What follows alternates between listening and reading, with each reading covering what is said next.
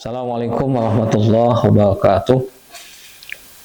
Segala puji hanya milik Allah Subhanahu wa ta'ala. Salawat dan salam semoga tercurah limpahkan kepada baginda kita Nabi besar Muhammad sallallahu alaihi wasallam. Alhamdulillah, selamat pagi dan salam sejahtera untuk kita semua. Perkenalkan, nama saya Cucu Sukmana, salah seorang dosen pada program studi pendidikan masyarakat Fakultas Ilmu Pendidikan Universitas Pendidikan Indonesia. Pada hari ini, izinkan saya untuk mendeskripsikan mata kuliah yang saya ampu, yakni mata kuliah evaluasi program pendidikan masyarakat. Dan video ini dibuat untuk memenuhi pengajuan sertifikasi dosen tahun 2025. Video ini merupakan bukti pernyataan diri dosen dalam unjuk kerja Tridharma Perguruan Tinggi atau PDD UKT PT, dosen pada bidang pengajaran. Berikut adalah deskripsi dari mata kuliah yang akan saya jelaskan.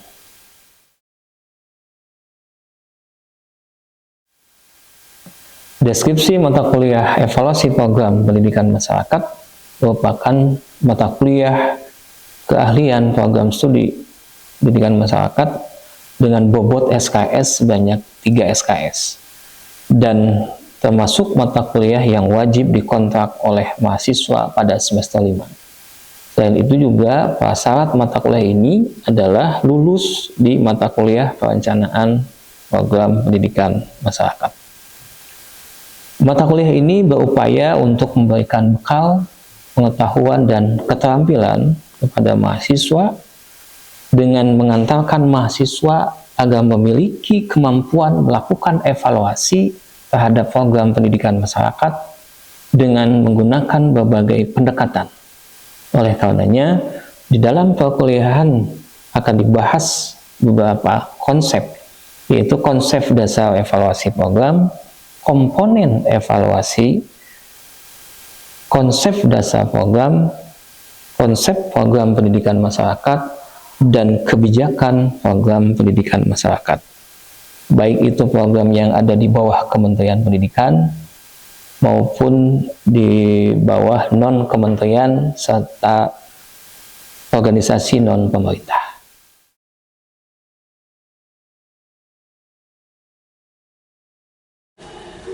Assalamualaikum warahmatullahi wabarakatuh. Waalaikumsalam warahmatullahi wabarakatuh. Alhamdulillah,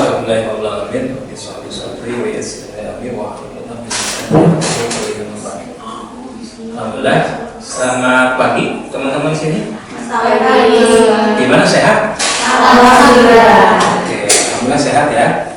Sebelum kita melaksanakan perkuliahan, kita akan berdoa dulu ya. Berdoa dulu. Berdoa dimulai.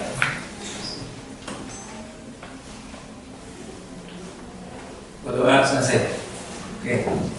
Nah, sebelum Bapak menjelaskan terkait dengan materi di pertemuan ini ya, di pertemuan kedua, Bapak ingin absen dulu ya. Ada teman-teman yang tidak hadir hari ini? Ada siapa? Fatimah ya. Oke, nanti dicek di spot ya, karena kita sudah sistem spot untuk mengecek kehadiran mahasiswa. Nah, di pertemuan ini, alhamdulillah ya, untuk pertemuan kedua ini Bapak ingin membahas atau mereview atau menjelaskan ya, sebelum pertemuan kedua terkait dengan di pertemuan pertama gitu ya. Nah, pertemuan pertama kan di minggu yang lalu ya, kita sudah menjelaskan terkait dengan pengantar mata kuliah ini ya, dari mulai standar kompetensi, tujuan, target, dan tugas-tugas yang disampaikan ya. Nah, kalau kita review ya di pertemuan ini terkait dengan di pertemuan yang lalu, ini Bapak sudah menjelaskan tentang standar kompetensi. Apa sih yang menjadi standar kompetensi di mata kuliah evaluasi program pendidikan masyarakat? Nah, di minggu yang lalu sudah disampaikan 5 poin ya. Pertama, dari mulai menjelaskan konsep, jadi mahasiswa diharapkan mampu memahami konsep dan prinsip evaluasi program. Ya, lalu juga memahami kaidah-kaidah pengukuran, ya, lalu juga melaksanakan dan melakukan kegiatan evaluasi program, lalu juga mengaplikasikan salah satu model, dan yang terakhir adalah bisa mempertanggungjawabkan hasil evaluasi program dalam forum ilmiah, publikasi ilmiah, gitu ya. Itu ya, jadi review atau target di minggu yang lalu, gitu ya. Dan kali ini kita akan membahas di pertemuan kedua, ya, terkait dengan konsep dasar evaluasi. Sebelum menjelaskan konsep dasar evaluasi, nah Bapak ingin bertanya ke teman-teman nih, apa yang teman-teman ketahui terkait dengan konsep evaluasi? Silakan. Oke, silakan Wanda. Kalau menurut saya evaluasi itu seperti penilaian. Oke. Penilaian ya. Ada lagi? Silakan. Elsa. Menurut saya itu evaluasi program itu seperti menilai atau mengukur efektivitas. Oke. Terima kasih ya Wanda dan Elsa yang telah menyampaikan mengenai pengertian konsep dasar evaluasi. Nah, kalau melihat tadi yang disampaikan oleh Wanda dan Elsa, ya, terkait dengan konsep dasar evaluasi, sebelum kita menjelaskan dan memahami konsep dasar evaluasi, alangkah baiknya kita mengetahui di evaluasi itu ada komponen-komponen dasar. Nah, kalau kita lihat di depan, ya, di sana ada komponen dasar evaluasi. Nah, ada berapa di sana di depan? Digambarkan segitiga sama sisi. Jadi yang pertama apa? Judgment, ya, kesimpulan atau keputusan. Ya. Yang kedua ini dan yang ketiga jadi kita yang sebagai evaluator, ya, untuk memahami konsep evaluasi minimal paham dulu terkait dengan komponen dasar evaluasi. Nah, kalau tadi yang disampaikan Elsa dan Wanda terkait dengan evaluasi, kalau melihat ini itu bisa didefinisikan bahwa evaluasi itu adalah proses untuk menentukan keputusan atas suatu hal atau objek, ya. Objeknya apa? Data kan di sini di kaki yang ke-1, ya. Nah, yang selanjutnya berdasarkan apa? Berdasarkan acuan-acuan atau kriteria yang ada, ya, untuk apa? Menetapkan tujuan tertentu. Ini terkait dengan konsep dasar evaluasi. Gitu ya? Dapat dipahami? Oke. Selanjutnya, ya, di komponen yang tadi, gitu ya, ada 3 kan, ya. Nah, kriteria itu apa? Ada kriteria internal dan ada kriteria eksternal. Gitu ya. Kalau internal lebih pada tujuan, ya. Kalau eksternal lebih pada konsep, stakeholder, dan seterusnya. Tapi kalau menetapkan keputusan, gitu ya, itu terbagi bisa di formatif dan bisa di sumatif. Kalau formatif lebih pada evaluasi diri, ya. Kalau sumatif itu lebih pada pengendalian, ya, atau mutu. Nah, yang ketiga di komponen evaluasi itu ada data. Nah, data teman-teman kan sudah tahu, ya, ada data kuantitatif dan ada data kualitatif. Kalau data kuantitatif apa sifatnya? Bisa diukur. Ya, bisa diukur, ya. Terima kasih, ya, Mariam, ya. Terus data kualitatif apa? Deskriptif. Oke, terima kasih. Nah, jadi data ini ada yang kualitatif dan ada data kuantitatif. Simpelnya kalau kuantitatif lebih pada angka-angka lah, gitu ya. Kalau kualitatif lebih pada deskriptif. Ini terkait dengan konsep dasar evaluasi yang tadi disampaikan. Nah, hari ini atau selanjutnya atau sampai sana sudah jelas? Jelas, ya. Nah, selanjutnya kita juga membahas kaitan dengan di mata kuliah itu kan ada konsep evaluasi program pendidikan masyarakat. Nah, kalau tadi kan sudah membahas konsep evaluasinya. Nah, kalau sekarang mengenai konsep dasar program. Ada yang tahu terkait dengan pengertian konsep dasar program? Silakan, Wanda. Kalau menurut saya program itu semacam sebuah aktivitas yang dirancang. Oke, terima kasih, ya, Wanda, atas jawabannya. Ada lagi? Silakan, Adinda. Kalau menurut saya program adalah serangkaian kegiatan atau rencana yang disusun secara sistem. Oke, terima kasih ya Wanda dan Adinda, Masya Allah. Kalau melihat berbagai referensi ya terkait dengan konsep program, di sini kita membagi ada yang arti sempit atau khusus dan ada yang arti umum gitu ya. Kalau kita lihat pengertian secara umum dulu ya, bahwa program itu dapat diartikan sebagai sebuah rencana atau suatu unit atau satu kesatuan kegiatan. Tapi kalau kita definisikan bahwa secara khusus bahwa program itu adalah sebagai unit atau kesatuan yang merupakan implementasi dari suatu kebijakan yang berlangsung dalam proses yang berkesinambungan gitu ya, dan terjadi dalam suatu organisasi yang melibatkan seluruh orang. Jadi artinya program tersebut poinnya adalah lebih pada kegiatan, suatu kesatuan kegiatan yang diimplementasi dari suatu kebijakan.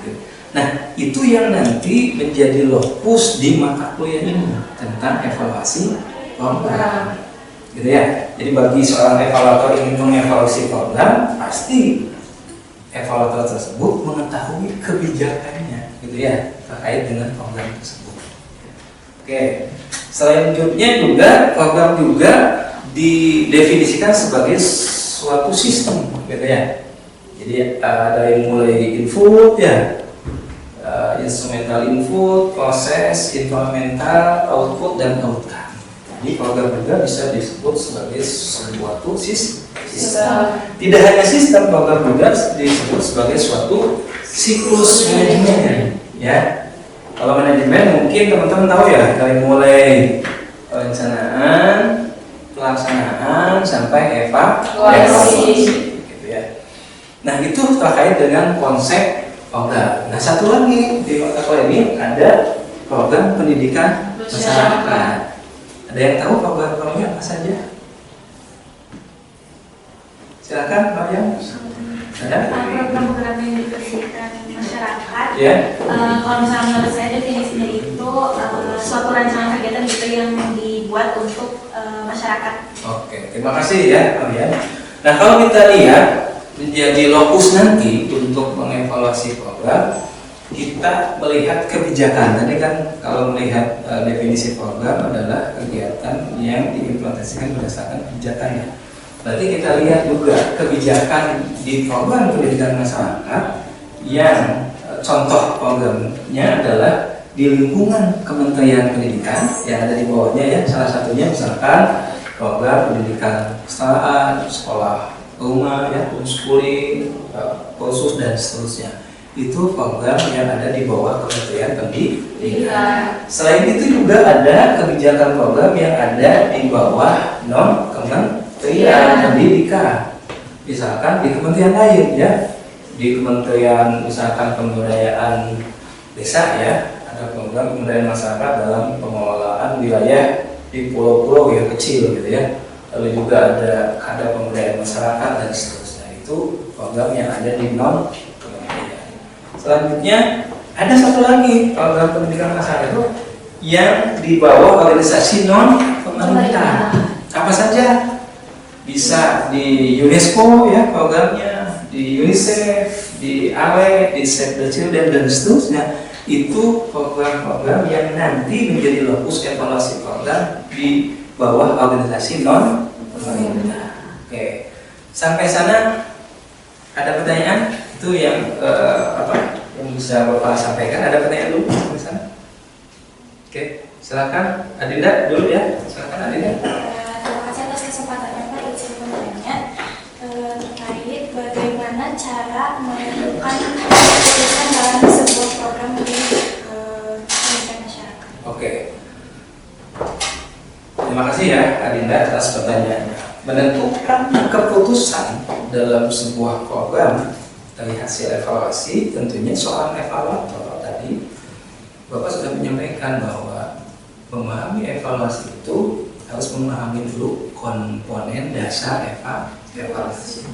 Jadi kalau seorang evaluator ingin menetapkan hasil evaluasi program yang sudah dievaluasi ya, itu minimalnya dia memahami ada 2 komponen gitu ya untuk menetapkan atau memutuskan sebuah hasil evaluasi. Pertama adalah dia harus memahami atau mengetahui terkait dengan kriteria yang tadi disampaikan ya. Kriteria itu adalah bukti yang dibuat ya oleh seorang evaluator. Yang kedua adalah data.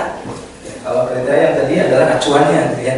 Nah, kalau yang kedua adalah data. Data ini yang nanti oleh seorang evaluator itu dikumpulkan, baik itu data kualitatif maupun data kuantitatif dengan berbagai teknik dan metode dalam pengumpulannya.